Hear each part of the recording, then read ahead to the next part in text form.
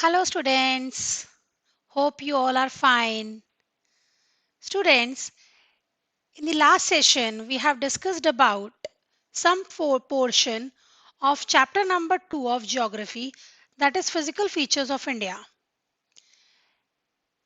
In that portion we have discussed about Gondwana landmass, Himadri, Himachal and Shivaliks, and longitudinal division of Himalayas. Today we are going to start with the next topic, that is the northern plains of India.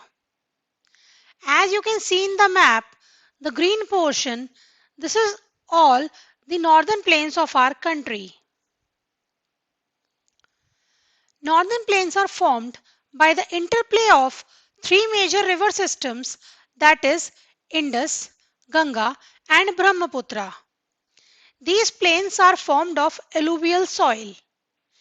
It is spread over an area of 7 lakh square kilometers. It is the most densely populated physiographic division of our country because it has rich soil cover, adequate water supply, favorable climate, which makes it agriculturally productive. Northern plains are divided into three sections, that is Punjab plains, Ganga plains and Brahmaputra plains. Punjab plains lies in the western part of northern plains. They are formed by the Indus River and its tributaries Ravi, Chenab, Jhelum, Satluj, etc. This section is dominated by Doab. Doab is the combination of Do plus Ab. Do means two and Ab means water, which is Punjab. Panj plus Ab. Panj means five, Ab means water. As we all know that Punjab state is a combination of five rivers. Next is Ganga Plains. Ganga Plains extends between Gagar and Teesta River. It spreads over the northern states like Delhi, Bihar, UP, Jharkhand and some parts of West Bengal. Third section is Brahmaputra Plains. They form the eastern parts of northern plains and it lies in Assam. Northern plains can be divided into four regions. It is also called flat land variations of northern plains. The, all the area of northern plain is not equally productive. It has four regions, which is Babar, Terai, Bangar and Khadar. The narrow belt of about 8 to 16 km in width lying parallel to the slopes of Shivalik are called Bhabar. This is that portion which lies to the foothills of Himalayas below the southernmost range of Himalayas, which is Shivalik.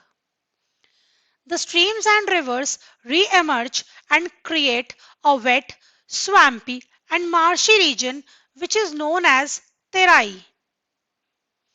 The floodplains of the rivers present a terrace-like features which is known as Bangar. The soil in this region contains calcareous deposits which is also known as Kankar. This particular portion is not fit for cultivation. Khadar is the new alluvial soil which has lower concentration of Kankar nodules and it is more fertile than Bangar. Now we will discuss Peninsular Plateau. Students, Peninsular Plateau is the oldest landmass of India. It is the part of Gondwana landmass. Peninsular Plateau is a tableland which is composed of old crystalline, igneous and metamorphic rocks, which is formed due to the breaking and drifting of the Gondwana landmass. It has broad, shallow valleys and rounded hills. Peninsular Plateau is divided into two broad divisions. First is Central Highlands, second is Deccan Plateau. As you can see in the map, we have divided the Peninsular Plateau into two parts. The portion in the north of Narmada River, means above the Narmada River, is Central Highlands, and the portion which is below or in the south of Narmada River is the Deccan Plateau. Central Highlands lies to the north of Narmada River, covering major area of Malwa Plateau.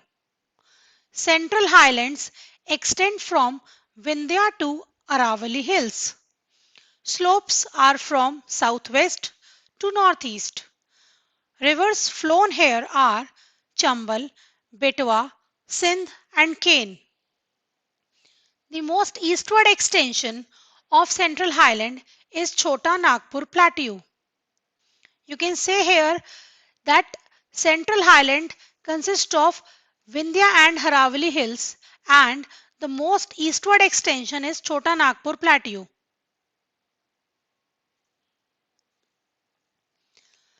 The triangular landmass which lies to the south of the Narmada River is Deccan Plateau.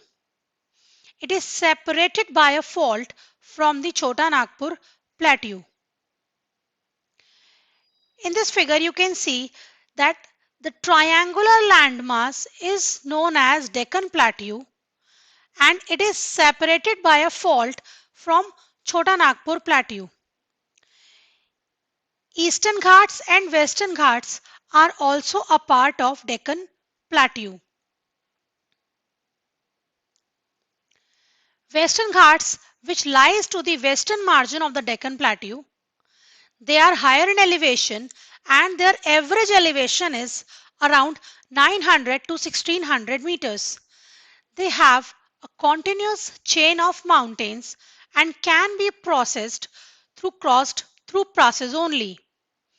No major rivers has cut across them. You can see here these are your Western Ghats which have higher elevation and they are not dissected by any of the river and they are continuous. Eastern Ghats lies on the eastern margin of the Deccan Plateau. The Eastern Ghats are lower in elevation. Their average elevation is 600 meters, which is much less in comparison to the Western Ghats. The mountain chains are not continuous. They are denuded by the rivers which flows into Bay of Bengal. They have been cut across by major rivers like the Godavari, Mahanadi, Krishna and Kaveri. You can see here in this figure also that Eastern Ghats are less in elevation and they are dissected by the rivers which are flowing or draining into Bay of Bengal. You can use this slide as a difference between the Western and Eastern Ghats. Thank you so much children. This is all for now. In the next session, we will be meeting with another portion of our chapter. Till then, bye. Take care of yourself and stay at home.